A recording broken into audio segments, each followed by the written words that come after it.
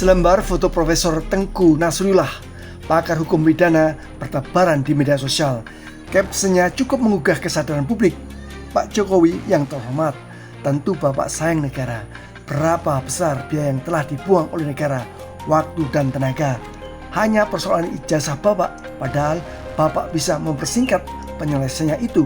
Duduk ketemu Roy Suryo, ini ijazah saya, periksa kemanapun, selesai masalah ini. Caption itu tampaknya rangkuman wawancara profesor di acara Indonesia Lawyers Club.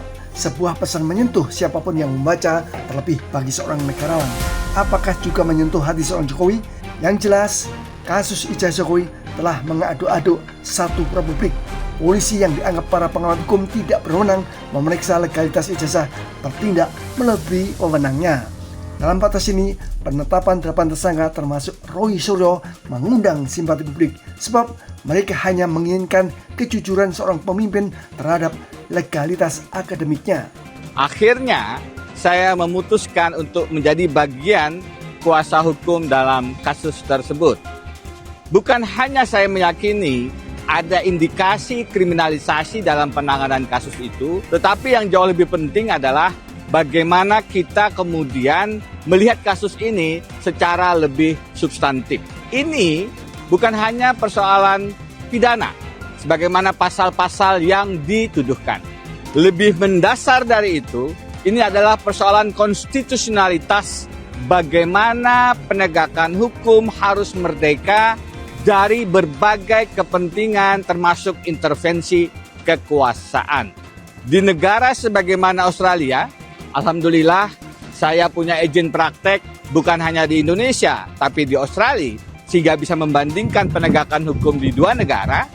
Di negara yang lebih demokratis sebagaimana Australia, kemandirian, kemerdekaan, kekuasaan kehakiman adalah prinsip yang dijaga dengan sangat teguh. Di negara yang lebih tidak demokratis, sebagaimana negara Konoha misalnya, persoalan kemandirian dan kemerdekaan kekuasaan kehakiman ini adalah hal yang sekarang sangat banyak dilanggar. Dan saya berpendapat, persoalan tersangkanya Roy Suryo dan kawan-kawan bukan semata masalah ijazah palsu mantan Presiden Jokowi atau hanya pidana. Lebih mendasar dari itu adalah isu konstitusionalitas yang harus sama-sama kita hormati jika ingin menjadi bangsa yang besar. Saya memutuskan menjadi kuasa hukum karena ingin menegaskan tidak boleh ada penggunaan kekuasaan yang kemudian membungkam sikap kritis dari orang-orang bahkan jika berhadapan dengan mantan presiden sekalipun.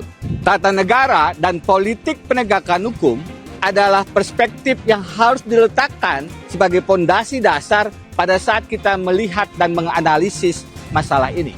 Karena apa? Karena mantan Presiden Jokowi telah menunjukkan bagaimana beliau merusak tatanan demokrasi, terutama di masa-masa akhir jabatannya.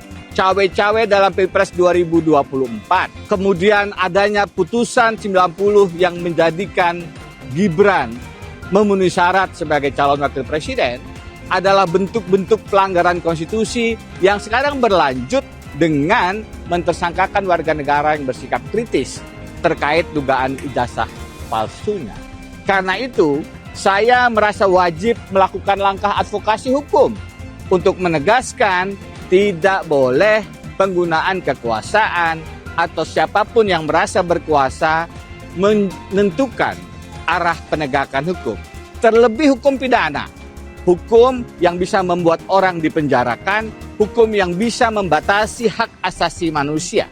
Dalam konteks itu, penggunaan hukum pidana adalah alat intimidasi yang harus dilawan. Tidak boleh siapapun, termasuk mantan presiden sekalipun, melaporkan orang yang ingin membuka kebenaran dokumen publik, dalam hal ini ijazahnya, kepada khalayak. Justru seharusnya yang sudah lama kita tunggu-tunggu, mantan Presiden Jokowi harusnya dengan gentleman menunjukkan keaslian ijazahnya. Kita harus hentikan modus mengkriminalisasi, mempidanakan, memenjarakan, membuat takut siapapun yang ingin bersikap kritis agar Indonesia tetap terjaga kewarasan hukumnya. Saya Denny Indrayana, terima kasih. Assalamualaikum warahmatullahi wabarakatuh.